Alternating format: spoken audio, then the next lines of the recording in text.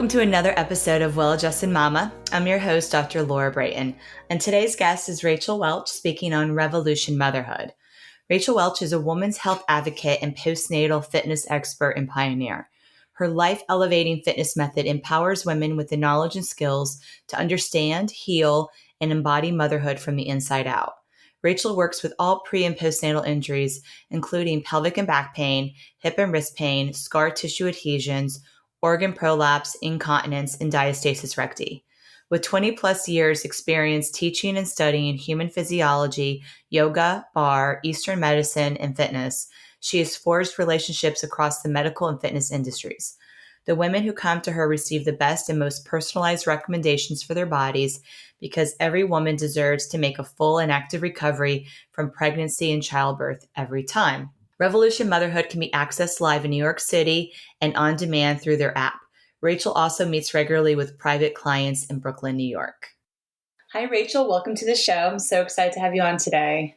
I'm so excited to be here. Thank you for having me. Yes, of course. So it was really cool that we were connected a few weeks ago by a previous podcast host, Randy Zinn, who I know you're friends with and known for a while. And it just really makes sense that you and I connect because, number one, we're both in the New York area. We're passionate about serving new moms. And there's a lot of similarity and support and complementary support that comes from having a strong, fit body and holding spinal alignment and, holding adjustments, chiropractic adjustments. 100%. They go hand in hand in my experience, both personally in my body and in the many, many women that I serve and work with.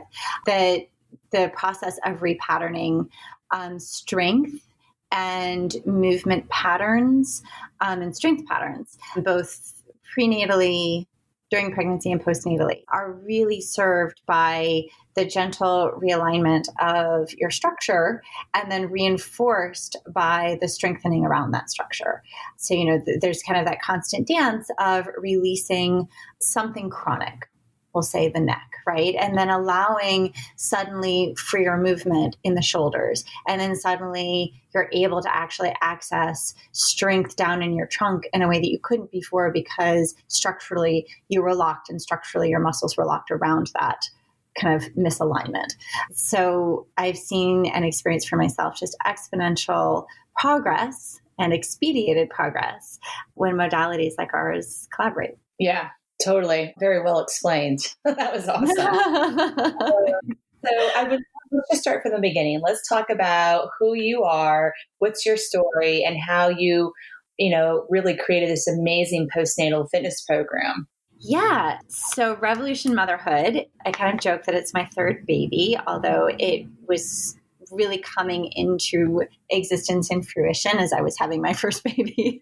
I was a yogi, boutique fitness lover, and just a regular fitness lifestyler running around New York City in my 20s, and then got into my early 30s and got pregnant.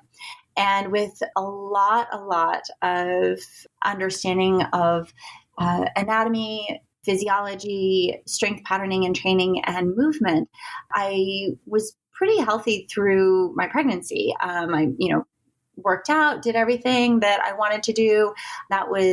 She's about to be 9. That was 9 years ago. And then I gave birth, and I was, for all intents and purposes, the non-eventful bounce back vaginal birth. I didn't even tear. It was just sort of like, bam, I had a baby. And I got home and I'm, like all first time new moms, my world is completely blown open. I've got this little person and, I was under the guise of, especially back in those days, you don't move for 6 weeks. And that I was fine with that. I wasn't attached to getting back on my mat or doing anything. But about 2.5 weeks postpartum, I really wanted to move. My body was achy. I mean, childbirth is really intense. It is a very active process. Your body does a lot. It's not passive. And you get to the other side of it and you are sore, you're injured, and you're really achy. And then put on top of that everything that those newborn days involve extreme sleep deprivation and just doing things repetitively with your body that you are not, first of all, aware of. I mean, you're just responding to this little person, but also, that you're not trained for. You're holding this, 6, 7, 8 pound little being up to your chest 20 hours a day, and it starts to really take a toll. And so I remember my first practice, I just got a really soft down pillow and put it right next to my yoga mat and had her all snuggled in on a yoga blanket next to me. And I rolled out my mat and I just started moving, and it felt so good. It was like watering a plant for the first time in 3 weeks. It was like my body needed to move out the process of what it had just done, and sleeping and not moving, and going to that from having had such a strong movement practice, not moving my body for 3 weeks was not something I did. And I was extremely gentle. I was really listening, and I had the benefit of having, a 20 plus year yoga and fitness practice behind me. So I really was in tune and knew how to listen to my body, and I knew what I was doing in a lot of ways. But I also realized very quickly I had no idea what I was doing. As much as I was zipping up my regular jeans again, just a few weeks after giving birth, on the outside, I looked very normal, quote unquote. Internally, I really felt the disconnect. But I also did not have any of the knowledge to understand what I was feeling. And so, I'm riding that awareness as I'm, again, going through being a first-time mom and going back to my favorite barre classes and just starting to move again and re-inhabit my body, inhabit my life. And about a year after I had her, I was starting to get injured, just weird chronic little injuries. And I'd never been an injured athlete. I'd always really known how to respond to my body and care for it well.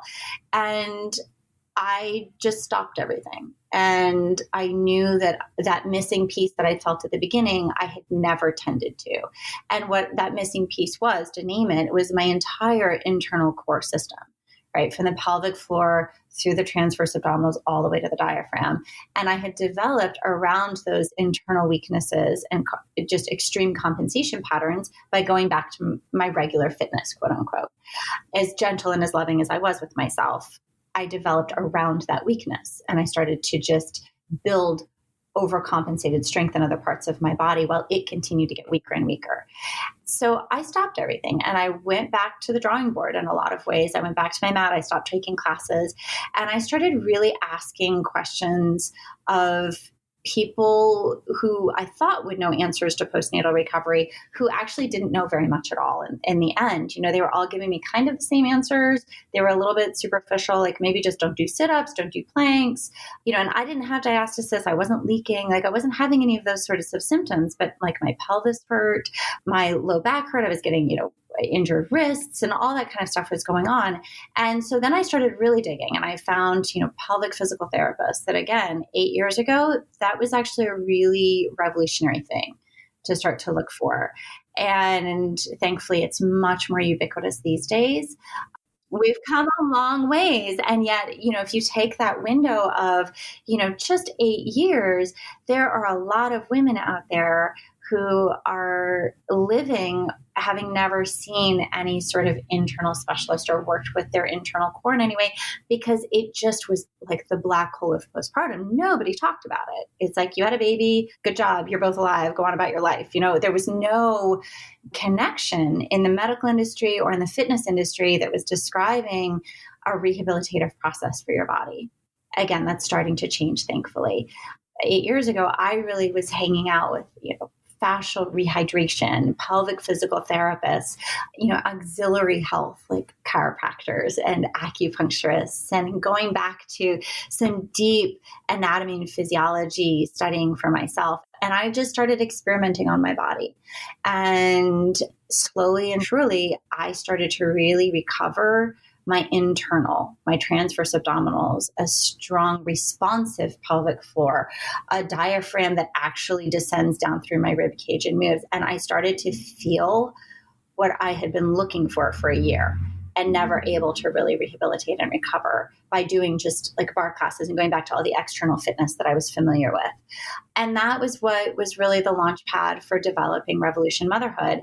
And and the fitness methodology behind it. And then fast forward, I had another baby.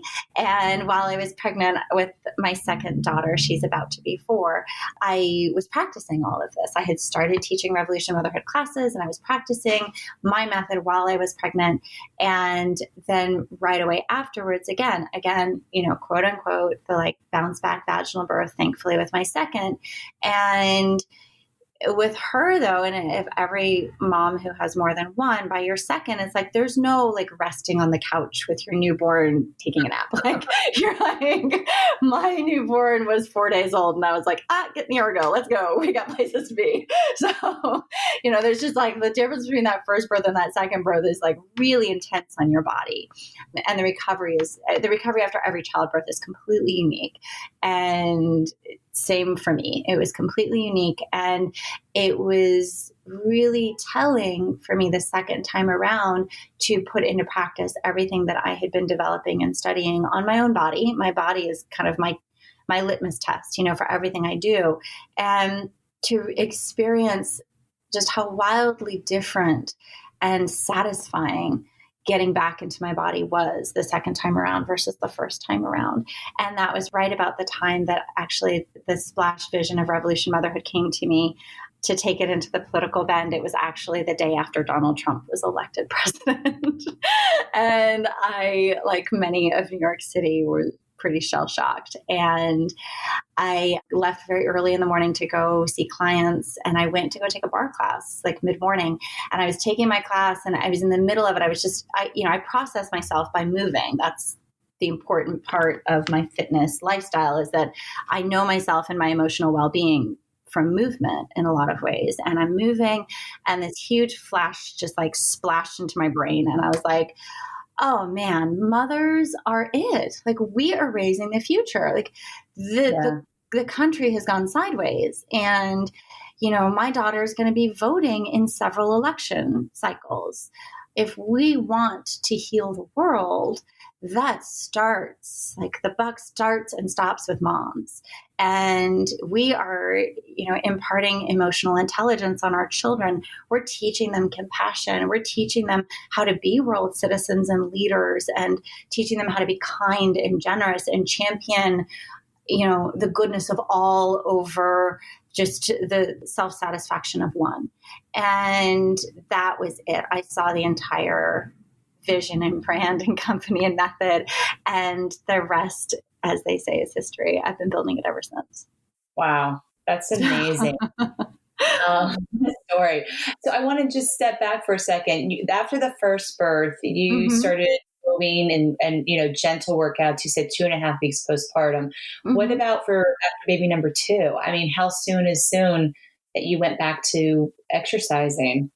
Yeah. So for Lucy, my second, I was at that point had developed the methodology to the point where I was using the soft foam roller a lot, which the soft foam roller that I use is designed specifically for fascial rehydration, which is a word that gets tossed around a lot. It's basically the second skin, right? Your fascial, there are lots of fascial tissues in your body, but the carpal fascial tissue that runs beneath your skin, between your skin and your muscle bodies, it is responsible for allowing good circulation to happen in your body, basically, right? And when circulation is happening well, I mean, if anybody's been pregnant and had giantly swollen ankles and feet, or like swollen hands, or really achy back, like a lot of that is your body trying to navigate all of the increased fluids in your body and not really knowing what to do with it. So it just pools places.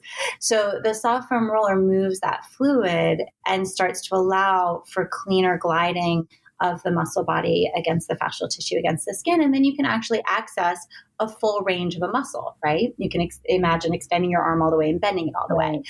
And so when I was about 4 days postpartum with Lucy, I was, again, like in it with the second. She was in the ergo. I was, juggling my first. I was standing all the time because she was a newborn in the ergo, and I'm like making dinner for my other daughter. And I was feeling really achy and swollen. And I had an epidural with Lucy, and just all of those fluids they pumped into me, I just felt really bloated and overwhelmed. And all I wanted to do was roll. And that's what I started with. So at probably 4 days I'm guessing, but it was very soon because I was very swollen. I have balls that I use on my feet to just start to open up the fluid retention from the feet. And then it was very simple movements on the roller and a lot of just gentle 3-dimensional breathing that allowed my breath to start to move and inhabit the spaces that had been previously consumed with pregnancy, right? So anybody also who has been pregnant knows you can't breathe. There's a baby in the way. And then once the baby comes out, it's like, oh my God, I can breathe again. But also you have to retrain those muscles that go beneath the diaphragm to actually respond to breath. So that you're not just stuck in the trunk or stuck in the chest and shoulders and throat, right? So that was what I started with was, again, it was not with an agenda or premeditated. I'm going to start moving 3 days after I give birth. It was my body saying, oh my God, I need to get on the roller. Like I've got to get some of this fluid out of my body. And that just gently gave way to, a few days later, me starting to do just some very gentle breath-based retention of my core and releasing of my core on my back, just breath-based, talking to muscles and seeing what would turn on and what was totally, evasive and what needed some more attention and some love and what was going to need more rehabilitation. It's really an acquainting of myself with my body and what that pregnancy and that birth had left, what kind of state it had left my body in. So it was a lot of like information gathering while I was just loving on myself. And then slowly starting to turn things on and get those neural pathways reestablished. And then slowly starting to say, I'm going to try a couple sun salutes because I just feel like I need it. Like, going like I'm moving through molasses, like super slow, really making sure I know where I'm moving from, not just moving to move. Mm-hmm. Does that make sense? Yeah. And so there's a couple things that you brought up. Like number one, I love that, from the outside appearance, both of your births sounded like they were pretty much the same or very similar. Yeah. But your body was still impacted differently. And there is a different postpartum body after each birth, even with the same woman, right? So I think that's really important to point out. And then the whole childcare component, after your first birth, anybody after multiple births. Yeah. and that's a real thing. And, I only have one son, so I haven't personally gone through that myself, but I have some in my practice that are coming in after baby number 2, 3, 4. And it's more intense because you're more people to take care of. And you also just gave birth, right? So there is more physical and emotional stress that's occurring with that woman. But, women are strong and we're certainly, built and able to accommodate that. And the other thing you mentioned was just that fluid retention postpartum and how I've never heard of a soft foam roller, but that sounds amazing. It just really like a lymphatic movement to help get things flowing at that fascial layer. But I see that very much related to a medicated birth. If there's Pitocin or epidural, those types of things that can create even more fluid in the body after birth. Have you seen that as well? Yeah, absolutely. And, it's so case by case dependent. And what we're starting to speak to is that your body, your birth, your recovery is incredibly personal. Yeah. That said, the body is universal, right? You have the same muscles. Pretty much everybody has the same muscles, bones, and structure, right? At least very close to the same template. And so how your body goes through each one of these experiences, you're going to come out of it needing your body to recover its kind of like what you talk about in structural alignment, it's muscular capacity. You want the muscles that are intended to do a certain job to do that job. And depending, like what I was saying, that, I was just information gathering in those early days because I'm the teacher. Like I know which muscles are supposed to do which movement, and so I would start a movement. I'm like, that didn't turn on. Well, let's lie down and try to turn it on before I try to do a squat. Right. That's the kind of information gathering you need at the beginning. And from that place, your recovery needs to be presented and curated in a way that allows you to really respond to your body's own feedback day by day. Because as you and I both know, healing living a lifestyle of wholeness is circular. It's circuitous. It's not linear. It's dependent upon, do you have one or do you have four? Are you at home alone tending to four kids and, doing that super mom experience? Are you at home with a nanny and a partner and you have one and you're doing that super mom experience? Like they all are their own secret sauce and their own special, combination. Right. So yeah, being willing to enter into a mindset of you are unique, yet you are not alone. And you are unique, yet you are universal. And if you're willing to take an amount of time, and I hesitate in saying that because time is always our most precious commodity and limited resource as mothers, right? Right. If you're willing to take a certain amount of time every day to really cultivate and tend to not just your body, but your self-attention. And I'm not even talking about self-care. I mean, that has sort of like gotten so diluted as a term, but your self-knowledge, 10 minutes a day has a profound impact cumulatively on how you experience a week of your life versus not spending that 10 minutes with yourself, psychologically, emotionally, and physically. And we all know that your emotional well-being, your psychological well-being, and your physical well-being are literally one and the same. They feed each other. Yeah. The mind-body connection. Yeah. So if you're living in pain, if you're afraid to bend over because you think you're going to pee yourself, right? Or you do pee yourself. If you are struggling with, shooting pain anywhere in your body, from your boobs because you're breastfeeding, to your back, to your shoulders, to your neck, to your wrists because you're holding this child all the time, that starts to spiral you into a certain perception and experience of yourself in life and a perception and experience of yourself as a mother. Mm.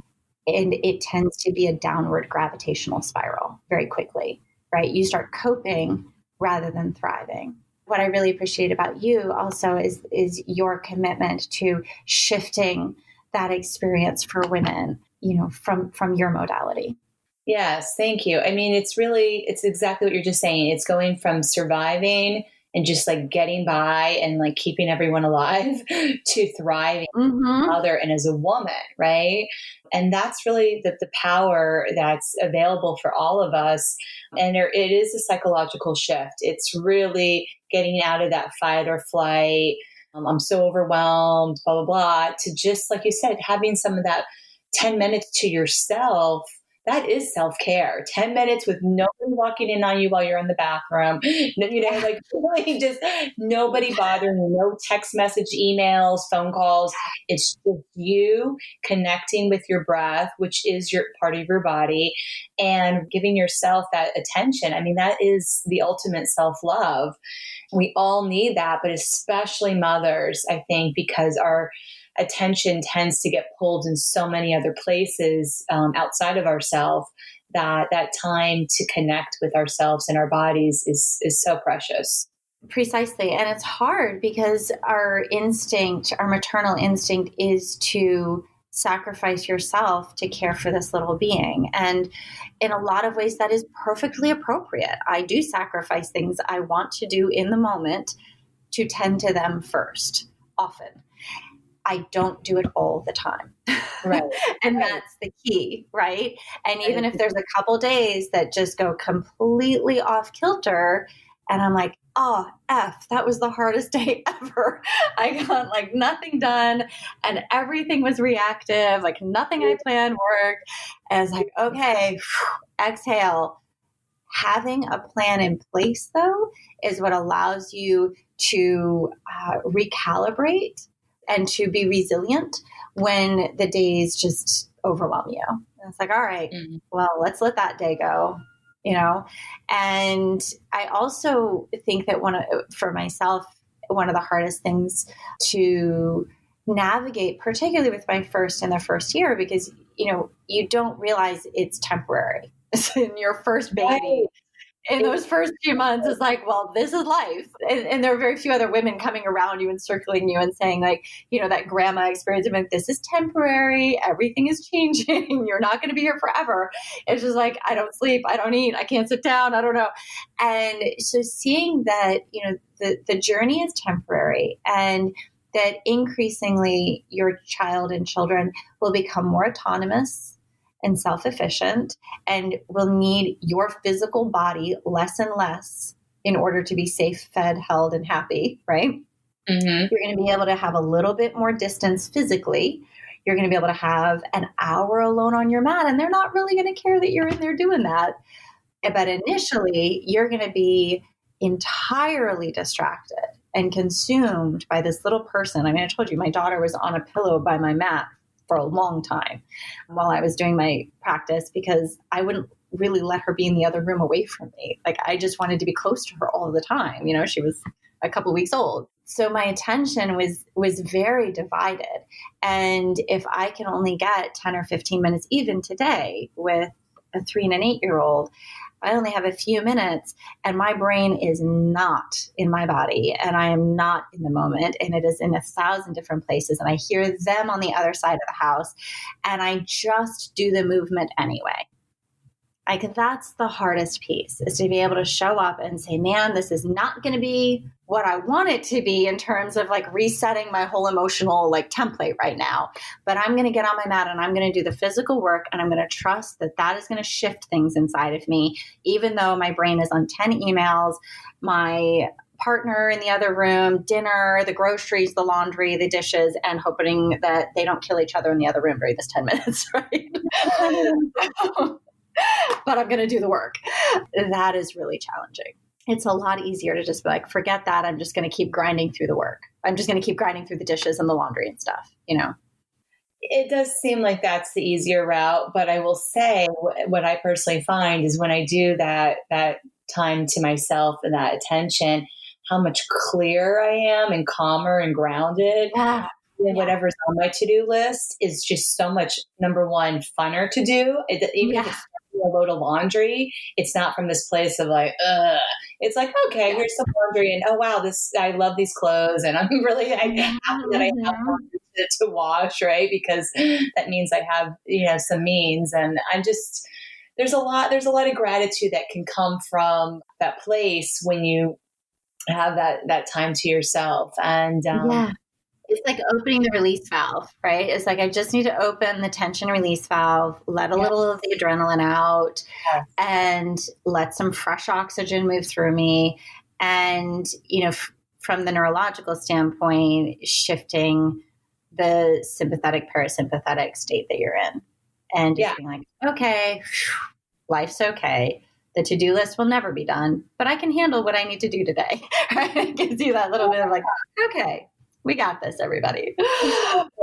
And, I have so many new moms that are just like, they're up at night, not sleeping, even though at this point the baby is sleeping through the night because they're stressed out about that to-do list. And it's like, you write it down, you prioritize. This is all about time management. And it's like, don't be unrealistic about what you can accomplish in one day. Like, And, some days I have definitely done this, like stayed up and slept just a couple of hours because it's more satisfying to my psychological well-being to just get some significant amount of the list done, be sleep deprived for one day. Okay. And then like put it all to bed. I mean, there have definitely been days like that. I mean, I'm an entrepreneur. It's like, there are some days and I'm like, man, the only time I'm going to have 8 uninterrupted hours in front of the computer is going to be from like 12 to 8 a.m. So here we go.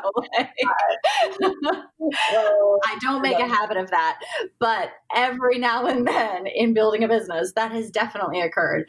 And, again, we're coming back to self-awareness and self-knowledge. And I think holding yourself lightly, like allowing the standards of perfection and your own standards of who you aspire to be a vision that you are aspiring to.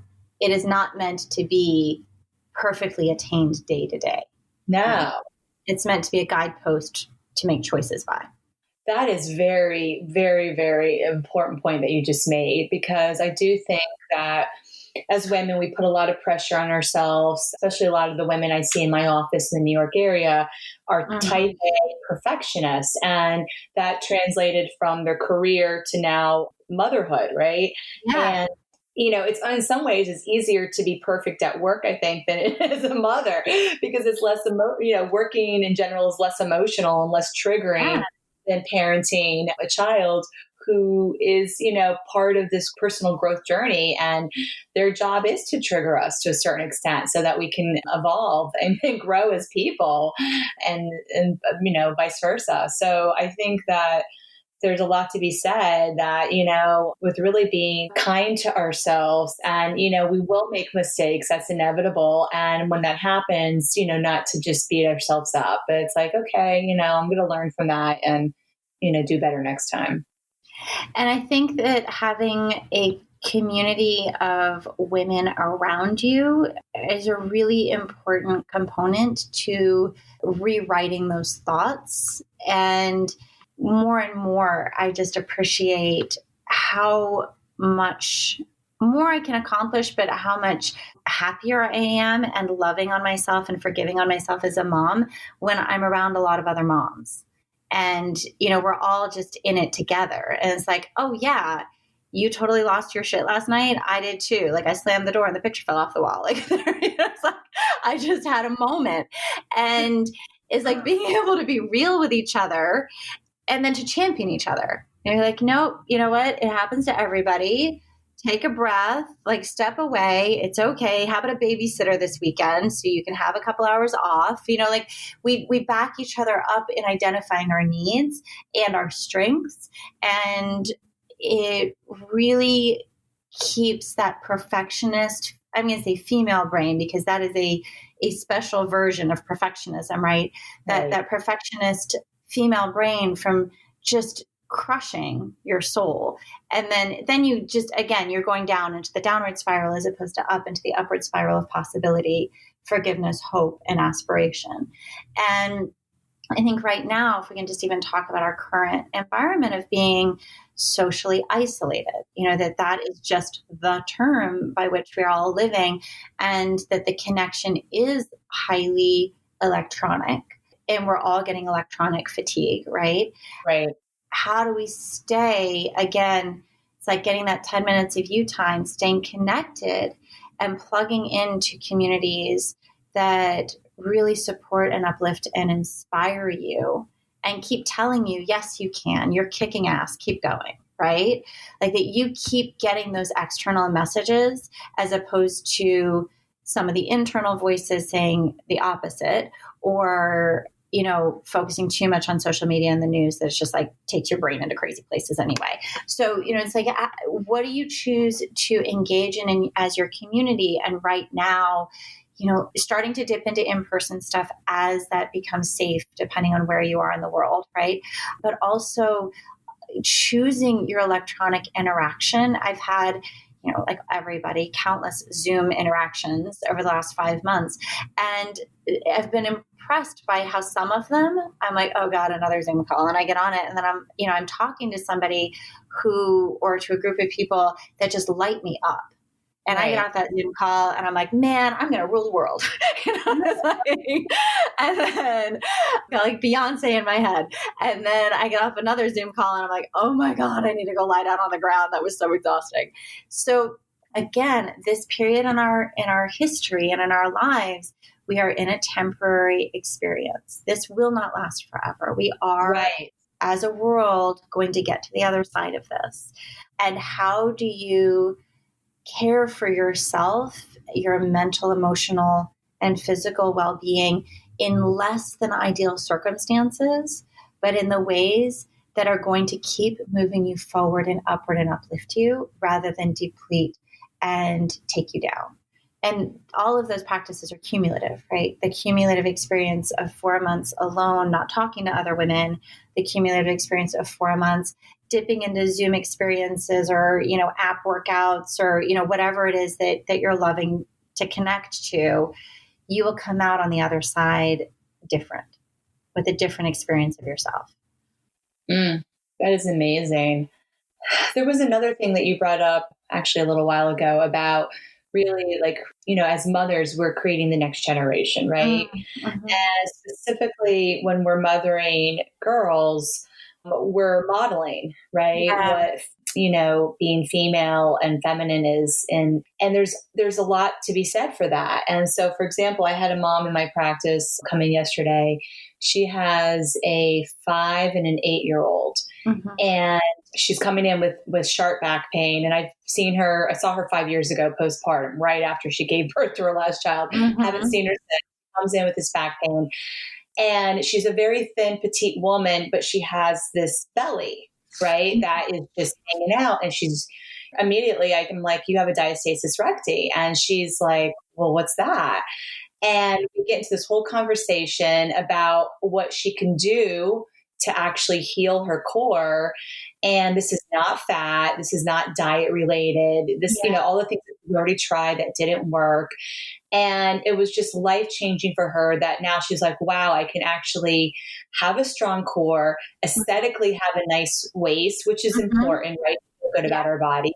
Yeah. And she's like, I'm going to change this because she's like, I know my mother has this and my grandmother. And you know what I mean? Like, this is like something that women just lived with after giving birth, especially with multiple babies.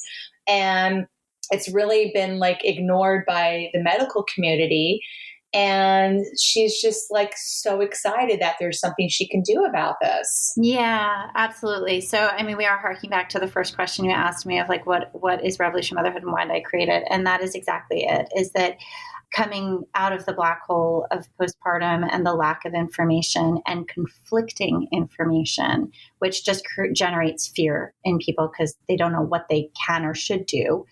I set out to create. Years later, though, that's what blows me away. This isn't even just like moms. No, this is really, really common still. And diastasis has gotten a lot of fear play because it's external, because you can see it, right? And it's like, oh, I've got a mummy tummy, or I've got a pooch, or do I have it, or do I don't? It's like having a fitness method or a place that gives you reliable, non-fear-based information.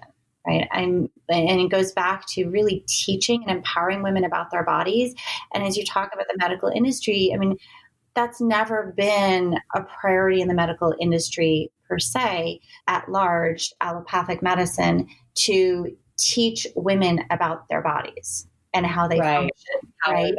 Let alone to invest in research and development around what happens to a woman's body during pregnancy and childbirth, and that she should even consider making a full recovery.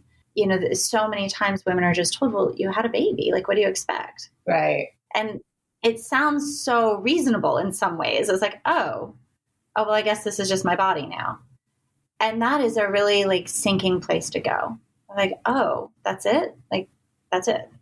And to be able to say to a woman, absolutely not, that's not it. And here are tools that I have and that other practitioners have that can actually lead you, we're not going back to your body. We're going to recreate your body, and we're going to re-strengthen your body. And it's actually going to be a completely new experience of you that's probably stronger and more connected than you ever were before. Yes. I think that is key too. It's not going back to your pre-pregnancy body. There is no going back, right? No. You are a new person. You're a new woman. Motherhood changes every cell in your body. Yeah. However, it's just accepting, and I think culturally there's very much like, well, yeah, that little pooch is normal because you had a baby. And there's even, I know, some campaigns about celebrating that, and I'm like, there is something to be said about celebrating motherhood, but it's also like, we don't have to just accept that this is how our body will be for the rest of our life, and there are things that you can do to change it. Yeah, I think what you're touching on is two facets. One is body positivity, like starting there, right? Right. And body authenticity, that what is going to actually generate internal happiness and confidence is not trying to attain somebody else's body. It is achieving your authentic body and allowing your body to be a real expression of you, your spirit, your interests, what you love to do. If you're a potter, you're going to need to be able to sit at a potting wheel and not be in pain. If you're a runner, you're going to need to be able to run a marathon, maybe, and not be peeing and pooping yourself. Like, right. It's not about getting somebody else's ideal body. It's like if you've always had kind of a soft, rounder body and soft, rounder hips and belly, and that's just where you jive, perfect. The functionality of that body does need to be tended to, right? And whether or not you give birth ever, you exit your 30s, you enter your 40s, your body's changing. And the way you treated your body in your 20s is 100% catching up with you. And your joints and your muscles and your bones and your, everything is starting to talk to you and say, okay, we need a wake-up call. We need to develop a deeper self-awareness and a deeper awareness of how we care for this body that, we're entering that kind of fork in the road of midlife. Are we going to age well? Again, totally unique and authentic for each person, but are you going to take care of your body into your aging process, or are you going to throw in the towel and just be like, oh, well, I'm getting old, or, oh, I had a baby? I have actually no attachment when I say that to one way or another. It really is personal. I chose and continue to choose the way of, well, what can I do about maximizing how good I feel in my life and how good I feel in my body and how pain-free I can be. And I'm really athletic. I really enjoy moving because that's what brings me more energy. It's what lets me play with my kids. It's what lets me go hiking and enjoy nature. And I don't have to worry about engaging in life because I'm afraid my body will fail me. Right. And that is what I want for everyone, but certainly every mother. And without any sort of assignment of what that body needs to look or feel like for her. But I want her to have all the resources she needs to achieve it for herself. Yeah, and it is quite unique. And that is a very good point. It's not about changing your body to look like someone else or what we consider an ideal woman's body to look like. Mm-hmm. But it is being strong and fit, and really that strong and fit body is the foundation for everything else, right? Our mental, emotional, and spiritual health need the foundation of a healthy physical body. Yeah, absolutely. And, one of the saddest things I see often is women who were really strong athletes and then they had an experience of birth, albeit quote unquote easy, all the way to really hyper traumatic. And somewhere in that continuum, they got out of it, they have a baby, and they are injured in some capacity. And so they have stopped moving and they miss it horribly. They are psychologically really affected by the lack of movement and exercise and vitality that they experienced. And they start to experience that dissonance that can grow between who they are as a woman and who they are as a mother. And those two roles start to get put into conflict with each other. And they feel like they've just lost themselves through the act of becoming a mother. Wow. And I think why that would lead to some resentment towards their child. Sure. And the world and your partner and, everything. And so just the act of handing back the reins to a woman and saying, you don't need to be afraid because you have prolapse. You don't need to be afraid of your body. You don't need to be afraid because you're peeing yourself, and you don't have to live like that. Diastasis is not a death sentence. There is such a thing as functional diastasis. A diastasis is a product of the entire core system. It's not just your rectus abdominis. It's not just your six-pack separated, right? It's meant to separate, actually. It's a product of how the whole pressure chamber of your trunk is working or not working. And it's a sign, it's an external indicator for us to direct us to where we need to start working, where we need to start opening and releasing tension, and where we can start strengthening. And as we go through that kind of spiraling experience of healing, opening, breathing, recovering self, the diastasis starts to strengthen as well. Wow, this has been amazing. into a lot of the questions I was going to ask you, but those were really not really as important. I feel like we could talk for a couple more hours. I want to wrap up this interview. Is there any last thoughts that you'd like to share with the audience? Just, I would say, whatever version of motherhood and health that you are currently experiencing, it's okay that you are exactly where you are. You are where you need to be. Trust that. And if any part of this has inspired you to take action, go ahead and do it. Take action. It's okay that you start by literally just rolling out a yoga mat and leaving it open by your bed for the spontaneous down dog. That's step one. Let it be bite size, your steps. They're not going to be giant mountain steps.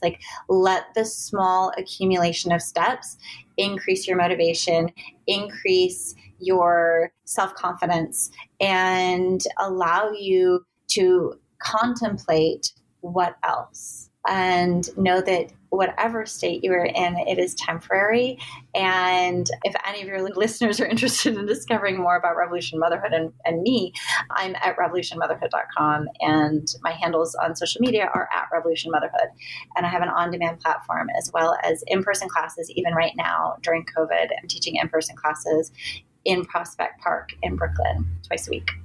So, and the revenue where can find you on demand and do your virtual workouts? Yes. So on demand, I have all 3 phases of my fitness method, as well as live streaming classes.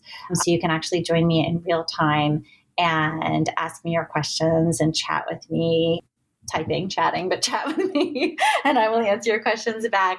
And the live streaming is actually really the next best thing to being alive, being in person in the room with each other. So. Yeah. That's so cool. Technology has really come a long ways with what we're able to have. I was mentioning this to my husband the other day. I was like, can you imagine going through all of this without technology? Yeah. And we would be farming. We'd all be farming. And I think that the blessing of technology that is bringing us all through this, keeping us connected, allowing so many of us to do the insane thing of parenting and working from home at the same time. And I'm homeschooling, in the homeschooling bag that we're going through. But it is allowing us to retain a certain amount of systems and life, while also giving us the incredible gift of space and self-reflection and recalibration of our entire society, not just internally, but the whole structure. So yay, technology, and make sure you're unplugging every day too. Yes. We need it, and we also need breaks. Yeah. That's so true. I go sit under a tree for a little while too. Well, Rachel, I really am so grateful for you taking the time to come on. This was absolutely amazing interview. Everything that you had to share with the audience. Thank you so much, Laura. It is just always such a pleasure to chat with you. And I feel like we're going to have so many more multi-hour long chats in our future. I agree. Okay. All right. Well, thank you again for having me. Well, mamas, I hope you learned so much today about how to heal and restore your body after pregnancy and birth with Rachel. She's such an inspiration and so knowledgeable in the healing of the body after the massive change that occurs with pregnancy and delivery. If you're interested in checking out her on-demand program and getting your body back into shape, strong, fit, and healthy, then go check out her app and enter the code DRL50 for a 7-day free trial, followed by 50% off your first 2 months. I can't wait to hear how you do with her program. Keep me posted.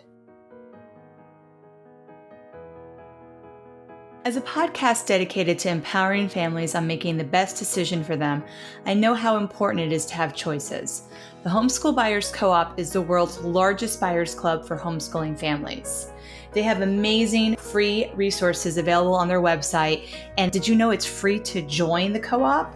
They have the world's largest database of free homeschool curriculum, an incredibly cool free homeschool ID card generator, an amazing guide to field trips that are ideal for homeschooling families, as well as free webinars to help families that are making the transition to homeschooling. Go check out their website at homeschoolbuyerscoop.org and register for a free account with the code ADJUSTED to receive 5,000 smart points, which is equal to $5 toward anything available on the co-op.